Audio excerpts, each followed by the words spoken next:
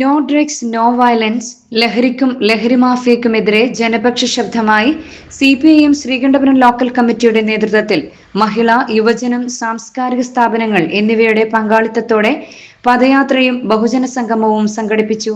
Harun K സ്വാഗതം പറഞ്ഞു. KV Geetha അധ്യക്ഷയായി.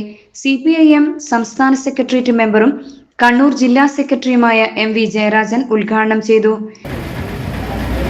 രാസലഹരി ഉപയോഗിക്കുക എന്നെടുക്ക കാര്യങ്ങൾ വന്നു ചെന്നപ്പെട്ടു. രാസലഹരി നമ്മുടെ നാട്ടിൽ നിന്ന് ലഭിക്കുന്നതല്ല, അത് വിദേശത്ത് നിന്ന് നിർമ്മിക്കുന്നതാണ്. നമ്മുടെ നാട്ടിലത് വിവിധ മാർഗങ്ങളിലൂടെ എത്തിക്കുന്നതാണ്. സ്വർണ്ണ കള്ളക്കടത്ത് പോലെ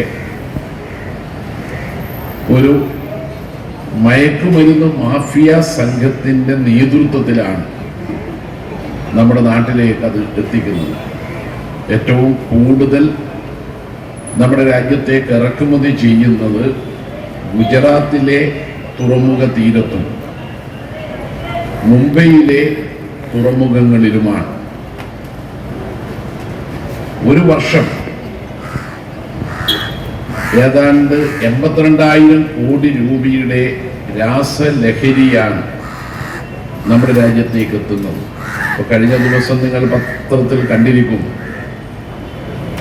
ഒരു പ്രധാനപ്പെട്ട രാസലഹരി നമ്മുടെ നാട്ടിലേക്ക് ഇറക്കുമതി ചെയ്ത് വിപണനം നടത്തുന്ന ഒരു വിദ്യാർത്ഥിയെ, ടാൻസാനിയൻ സ്വദേശിയായ വിദ്യാർത്ഥിയെ പോലീസ് ബാംഗ്ലൂരിൽ വെച്ച് പിടിച്ചു.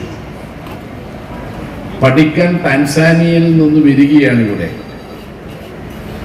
പക്ഷേ ബാംഗ്ലൂരിൽ പഠിച്ചുകൊണ്ട് ചെയ്യുന്നത് കേരളത്തിലെ MDMA ഹോൾസെയിൽ വ്യാപാരമാണ്. ഈ മയക്കുമരുന്ന് ഒരു തരി ഉപയോഗിച്ചാൽ തന്നെ മത്തുപിടിക്കും. അങ്ങനെ സ്ഥിരമായി അതിനടിമപ്പെട്ട ഒരാൾ അത് വാങ്ങാൻ കാശില്ലാതെ വരുമ്പോൾ പിന്നീട് വീട്ടിൽ നിന്നും മോഷണം നടത്തും. ചിലപ്പോ അമ്മയുടെ മേക്കിട്ട് കയറും. അമ്മ ഉപയോഗിക്കുന്ന, സഹോദരി ഉപയോഗിക്കുന്ന സ്വർണ്ണാഭരണം ഊരിവെച്ച സ്ഥലത്ത് നിന്ന് അത് എടുത്തുകൊണ്ടുപോകും.